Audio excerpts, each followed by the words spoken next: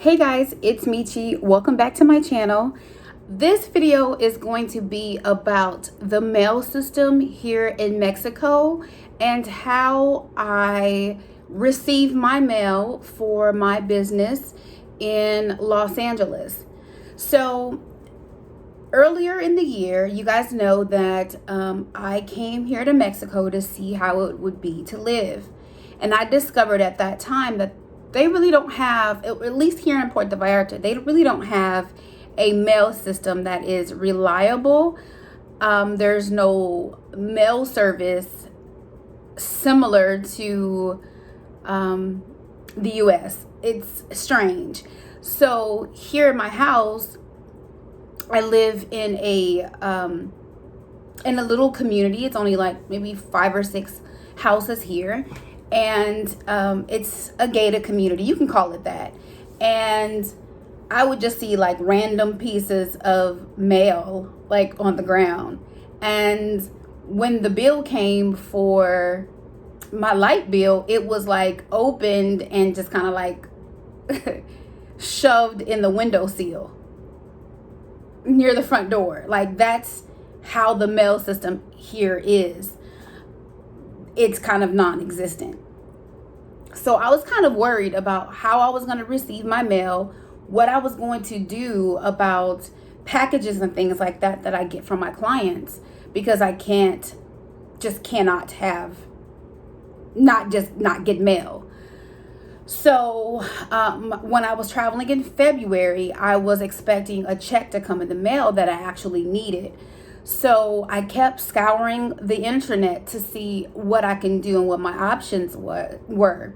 So in January, I signed up for this company called the Traveling Mailbox. I had to provide copies of my ID. I had to get the contract between them and I notarized. And I had to show this document to provide it to the Traveling Mailbox for approval, so people, businesses, and the post office can legally forward my mail there, because it is considered a service. It's a physical location, but it's more of a service. So I had to enter an agreement with them by giving them permission to collect mail on my behalf, because mail fraud and someone opening your mail is considered illegal. So I had to give them my permission legally. So that was why that was. So I changed, in January, I just used them as a forwarding service to see how it would be while I was here in Mexico. So I did receive checks, and what they did do is I included my banking information and my branch information and all of that when I signed up, and they took the check to the bank on my behalf through FedEx, actually. Well, they sent the check through FedEx, and the check was deposited into my bank account. Now, my branch did call me because this was something that I've never done before, and they wanted to ensure that it was something that I authorized and approved. So, yes, I did. So, moving here permanently, I ensured that my mail was forwarded and was going to be collected appropriately. So, I put in my change of address to my traveling mailbox that's in California, in Los Angeles, about 3 weeks before I made the final move. I changed my job's address. I changed my address for my job because I knew that they would be sending me my last check once I was no longer in the state of California. And I needed to make sure that I got that. So even with that, the Traveling Mailbox forwards that via FedEx with my approval, and then deposits my check into my bank account. Another thing that I was concerned about was what happens if there's something that is important that comes, a credit card or anything like that comes. Could I then forward it to this address, or could I forward it to another business or place that I trust?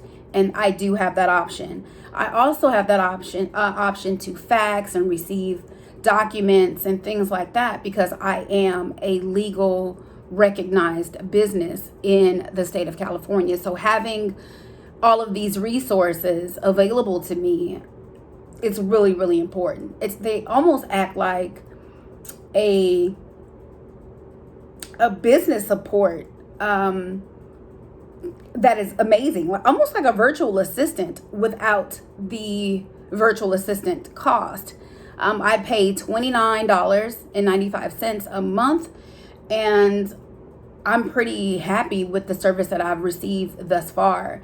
I've been using them for 7 months, and again, I'm pretty happy. Now, to deposit the checks into your bank account and use FedEx, there is a small fee. I want to say that it's like $7 or $8. It's not bad at all considering what they're doing. So I'm pretty happy about that. Also, taxes, things like taxes and different things like that. If you are an expat, you're still responsible legally for paying taxes in your home state. This is something that you work out individually with your tax preparer, and we'll see how that goes next year.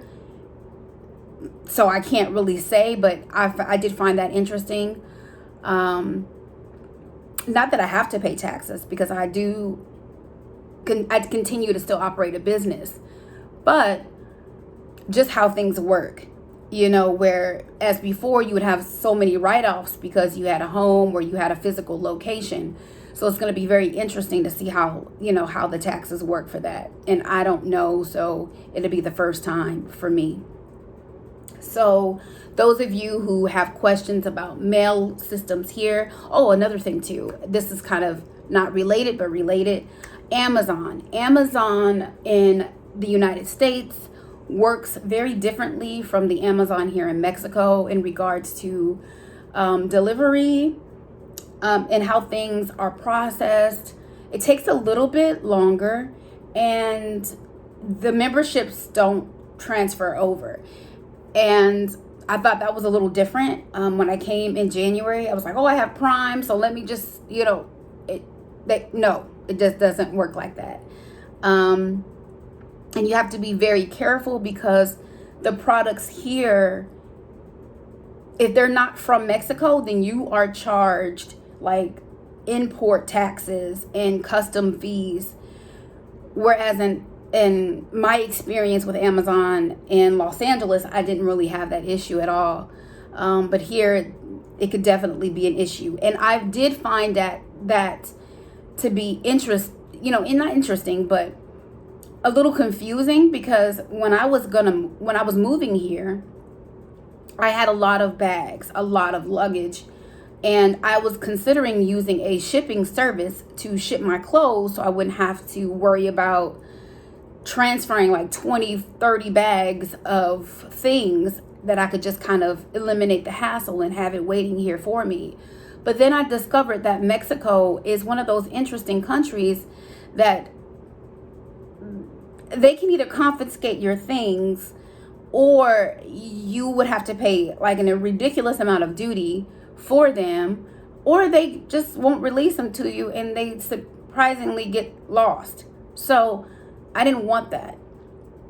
So I am very, very diligent now about making sure that I research everything, because I don't want to be that person that loses a ton of money or loses personal effects because I did not read the fine print. So that's been really, really interesting. But the traveling mailbox thus far has been very, very, very helpful. I'm able to see all of my mail that I get.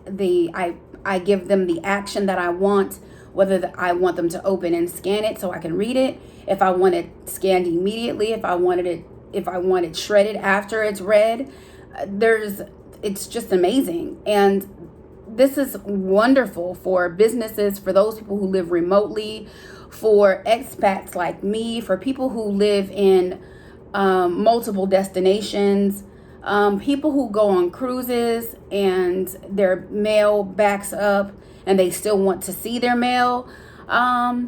This is just an amazing service. And to be honest, if I would have known about all of these opportunities now, I think I would have become an expat long ago. I would have made this decision a long time ago.